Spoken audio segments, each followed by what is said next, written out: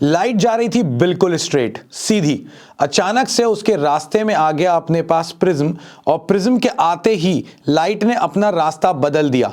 क्यों बदला लाइट ने रास्ता और क्या होता है प्रिज्म फॉर्मूला, आइए देखते हैं इस वीडियो के अंदर।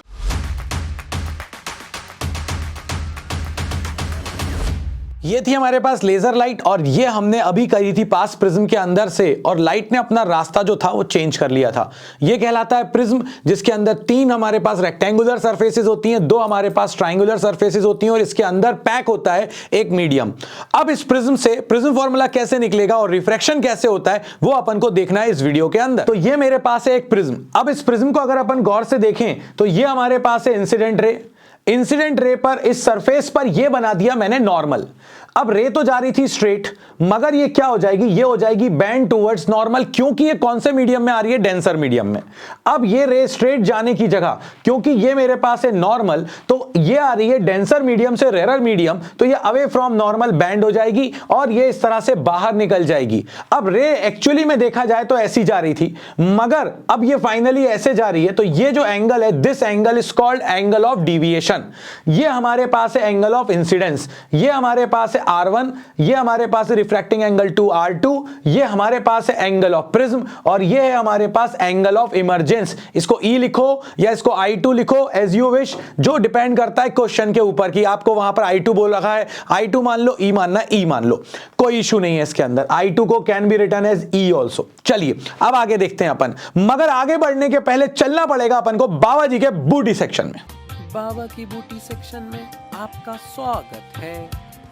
तो बाबा जी का बूटी सेक्शन अपन से क्या कहता है, सबसे पहले किसको याद करना है यार, स्नेल्स लॉ को याद करना है। तो अपन यहां पर याद करेंगे स्नेल्स लॉ को, जो हो जाएगा अपने पास sine I upon sine R1 is equal to mu. किसी भी सरफेस पे लगाओ, चाहे इस सरफेस पे लगाओ चाहे इस सरफेस पे लगाओ, आसानी के लिए पहली सरफेस पे ही लगा दो। तो ये हो जाएगा sign I by sine R1 अपने पास म्यू, यानी स्नेल्स लॉ। जैसे ही आपने स्नेल्स लॉ लगाया, क्योंकि अब आप प्रिज्म फॉर्मूला निकाल रहे हो, प्रिज्म फॉर्मूला होता है एंगल ऑफ प्रिज्म या रिफ्रैक्टिंग एंगल ऑफ प्रिज्म बोलते हैं इसको, और दूसरा होता है अपने पास एंगल ऑफ डिविएशन।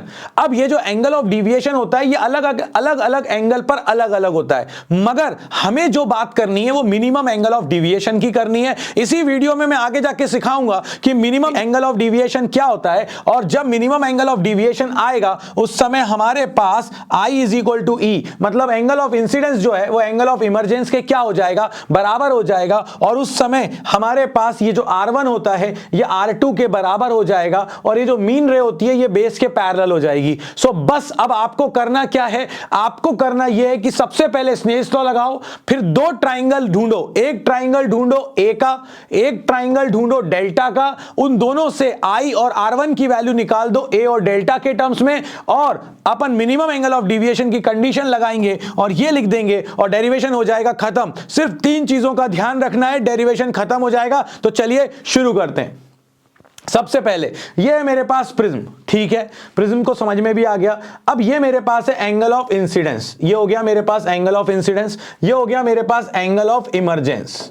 ओके चलिए अब अपन को सबसे पहले यहां पर एंगल ऑफ प्रिज्म के साथ एक रिलेशन ढूंढना है। एंगल ऑफ प्रिज्म के साथ अगर अपन को एक रिलेशन ढूंढना है तो यहां पर अगर आप देखो, इसको मैं नाम दे देता हूं x, तो ये हो गया XPQ। अगर आप इस ट्राइंगल को देखो XPQ को, तो यहां पर ये वाला एंगल कितना होगा, तो ये हो गया अपने पास 90 डिग्री, हो गया 90 डिग्री। उसमें से अगर ये R1 चला गया तो अपने पास यहां पर क्या हो जाएगी इस एंगल की वैल्यू, इस एंगल की वैल्यू हो जाएगी अपने पास 90 माइनस R1। और इस एंगल को देखो तो ये 90 डिग्री बन रहा है, ये एंगल कितना होगा, तो ये पूरा एंगल अपने पास 90 डिग्री है दोस्तों। उसमें से R2 चला गया तो कितना बचेगा अपने पास बचेगा 90 माइनस R2। तो अगर इस ट्राइंगल को देखा XPQ को, इस XPQ ट्राइंगल में तीनों एंगल का सम कितना होगा, 180 डिग्री होगा। A plus 90 minus R1 plus 90 minus R2 is equal to 180। सिर्फ प्रिज्म में एक डेरिवेशन करवा रहा हूं, कोई और चीजें बात ही नहीं कर रहा, डिस्पर्जन की भी बात नहीं करूंगा। कारण यह है कि क्वेश्चन यहीं से आएगा, अगर आएगा तो। अगर अपन तीनों का सम कर दें 90 प्लस 90 180, 180 से 180 हो गया कैंसिल। R1 माइनस का था, माइनस का R2 था, दूसरी तरफ ले गए तो फॉर्मूला निकल के आ गया A is equal to R1 plus R2। कहानी खत्म। दूसरी चीज की बात करें, मैंने कहा था एक ट्राइंगल आई के साथ एक ट्राइंगल डेल्टा के साथ ढूंढना है। अब यहां पर अगर अपन देखें तो ये अपने पास एंगल ऑफ डिविएशन था, रे जा रही थी सीधी ऐसी, यहां पर हो गई वो बेंड, तो ये हमारे पास है एंगल ऑफ डिविएशन। अगर ये एंगल ऑफ डिविएशन है तो गौर से देखो, अगर ये ट्राइंगल आप देखो, ये वाला ट्राइंगल, ये हमारे पास है I1 या I एंगल ऑफ इंसिडेंस, ये है हमारे पास R1, तो ये एंगल क्या आ जाएगा I माइनस R1। कैसे आ गया? तो गौर से देखो, ये हमारे पास ये वर्टिकली ऑपोजिट एंगल बन गए, तो ये I था तो ये भी I, और ये R1 चला गया तो I माइनस R1। ये हमारे पास क्या है? ये एंगल है हमारे पास E, इसको अपन लिख देते हैं E। So angle of emergence, तो ये अगर एंगल ऑफ इमरजेंस है तो ये पूरा एंगल भी एंगल ऑफ इमरजेंस होगा, उसमें से R2 चला गया तो बचेगा कितना? E minus R2। अब अगर इस ट्राइंगल को अपन देखें गौर से, ये ट्राइंगल को गौर से देखें तो ये एक्सटीरियर एंगल है, exterior angle is equal to sum of interior angle, यानी डेल्टा इज इक्वल टू हो जाएगा I minus R1 plus E minus R2। Delta is equal to I minus R1 plus E minus R2। अगर आप देखो तो I plus E minus R1 plus R2, कहानी खत्म हो गई दोस्तों। R1 प्लस R2 को अपन क्या लिख सकते हैं? A लिख सकते हैं, यहां लिख दिया तो अपने पास आ गया delta is equal to I plus E minus A। अब क्वेश्चन ये उठता है कि ये तो आपके पास आ गया डेल्टा के साथ और I प्लस E के साथ, मगर हमने जो स्नेल्स लॉ लगाया था, अगर हम उस स्नेल्स लॉ को देखें तो हम यहां पर ये कह सकते हैं mu is equal to sine I by sine R1। एक ही तो बार लगाना था स्नेल्स लॉ।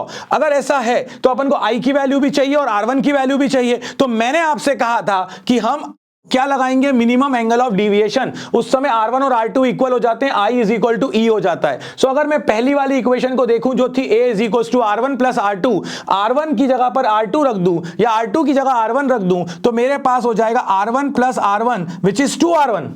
तो R1 की वैल्यू आ गई A/2। और अगर मैं इस फॉर्मूले में देखूं, डेल्टा की वैल्यू डेल्टा M रख दूं और E की वैल्यू भी I के बराबर रख दूं तो ये हो जाएगा I plus I 2I minus A। सो अपने पास I की वैल्यू आ जाएगी डेल M, इस A को इधर लाओ तो del M plus A is equal to 2I, I is equal to del M plus A/2। अब जैसे ही अपने पास आया, यहां पर अगर अपन देखें तो ये अपने पास फॉर्मूला हो गया तैयार, mu is equal to sine I क्या है? A plus del M by 2, और साइन R1 क्या है? A by 2। So mu is equal to sine A plus del M by 2 upon sine A by 2। That's it, कहानी खत्म हो गया prism फॉर्मूले का डेरिवेशन। दो ट्राइंगल ढूंढने थे, एक ट्राइंगल लेना था अपन को किसके साथ? A के साथ। दूसरा ट्राइंगल किसके साथ लेना था? डेल M के साथ। ले लिया अपन ने ट्राइंगल और कंडीशन लगा दी मिनिमम एंगल ऑफ डिविएशन की। अब क्वेश्चन ये उठता है कि बाबा जी आपने तो ये बता दिया कि ये है मिनिमम एंगल ऑफ डिविएशन, जरा समझाओ तो कि मिनिमम एंगल ऑफ डिविएशन कैसे है। तो देखो यार, A इज इक्वल टू क्या था? R1 plus R2।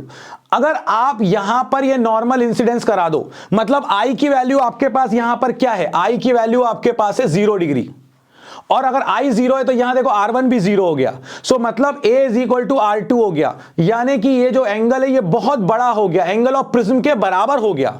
और अगर एंगल ऑफ प्रिज्म के बराबर हो गया या बड़ा हो गया बहुत एंगल, तो क्रिटिकल एंगल से ज्यादा हो जाता है। इसके कारण क्या होता है? ये रे दूसरे मीडियम में जाने की जगह बाहर निकल जाती है। तो अब आप खुद सोचो, ये रे जा रही थी स्ट्रेट और अब जा रही है इधर, तो एंगल ऑफ डिविएशन क्या है? बहुत बड़ा। अगर आपने एंगल ऑफ इंसिडेंस को बढ़ाया तो ये रे ऐसी जाएगी। तो अब आप गौर से देखो, ये जा रही थी सीधी, अब जा रही है इधर, तो ये एंगल ऑफ डिविएशन है, थोड़ा कम हो गया पहले से। अगर आपने एंगल ऑफ इंसिडेंस को और बढ़ा दिया, मतलब 90 डिग्री कर दिया, ये अगर ये रे यहां से आ रही है तो उस केस में क्या होगा? उस केस में ये होता है कि ये रे यहां से बैंड हो जाती है और इस तरह से बाहर निकल जाती है। अगेन आपका जो एंगल ऑफ डिविएशन है वो बहुत बड़ा आने लगा। मतलब कि जब I कम था तब भी एंगल ऑफ डिविएशन ज्यादा था, जब I बहुत ज्यादा हो गया तब भी एंगल ऑफ डिविएशन ज्यादा है। इसका मतलब है कहीं ना कहीं बीच में ऐसी कंडीशन आएगी जब आपका डेल्टा कम होते होते होते मिनिमम होगा और फिर बढ़ने लगेगा। तो अगर आप ग्राफ बनाते हो डेल्टा वर्सेस I का, तो जब आपका एंगल ऑफ इंसिडेंस बहुत कम है तो डेल्टा ज्यादा है, जब आपका एंगल ऑफ इंसिडेंस बढ़ेगा तो कम होता जाएगा एंगल ऑफ डिविएशन। एक टाइम आएगा कि वो मिनिमम होगा और उसके बाद फिर से बढ़ने लग जाएगा, और इस मिनिमम एंगल को अपन बोलते हैं मिनिमम एंगल ऑफ डिविएशन। और ये फैक्ट है कि उस समय ये जो रे होती है मीन वाली, बीच में से जो पास होती है, वो अपने बेस के पैरेलल होती है। सो ये आपके पास ग्राफ बन गया, minimum angle of deviation versus angle of incidence, और ये नाइकी है भाई, राइट। बस वैसे ही बनाना है तुमको, नहीं तो ज्यादा हो तो यू टाइप का बना देना, मार्क्स तो मिल ही जाएंगे। सो ये आपके पास। अब एक चीज गौर करो, हर एंगल ऑफ डिविएशन के लिए यहां पर 2 वैल्यू है इंसिडेंस की। ये एंगल ऑफ डिविएशन है कोई भी, इसके लिए 2 एंगल ऑफ इंसिडेंस पॉसिबल है। ये देखो, इसके करस्पॉन्डिंग अलग, इसके करस्पॉन्डिंग अलग। मगर मिनिमम एंगल ऑफ डिविएशन के लिए सिर्फ एक ही एंगल ऑफ इंसिडेंस पॉसिबल है। सो हर एंगल ऑफ डिविएशन के लिए कितने एंगल ऑफ इंसिडेंस पॉसिबल हैं? 2, मगर मिनिमम वाले के लिए सिर्फ 1। सीधी बात, नो बकवास। समझ में भी आ गया कि मिनिमम की कंडीशन कैसे लगाई थी। बूटी से वो डेरिवेशन भी आसान बना लिया। अब आता है, अगर मेरा थिन प्रिज्म हो तो यहां से न्यूमेरिकल बन सकता है। अगर थिन प्रिज्म है तो क्या होगा, मतलब कि angle of prism less than 10 degree है। तो जब ऐसा होता है तो थीटा जब बहुत स्मॉल हो तो sine theta is nearly equal to theta. अगर ऐसा है तो ये हो जाएगा a plus del M by 2 upon a by 2। यहां पर 2 से 2 क्या हो गया, ये कैंसिल। अब क्या होगा, ये बचेगा mu is equal to a plus del M upon a। इस a को इधर ले आओ, ये a इधर आ गया तो ये हो गया mu into a is equal to a plus del M. इस a को भी इधर ले आओ तो आपके पास डेल एम का फॉर्मूला आ जाएगा म्यू माइनस 1 इंटू a। क्योंकि पहले मीडियम से दूसरे मीडियम में जा रहे हो इसलिए म्यू को लिखोगे 1 mu 2। So 1 mu 2 minus 1 into a, ये आ गया आपके पास मिनिमम एंगल ऑफ डिविएशन।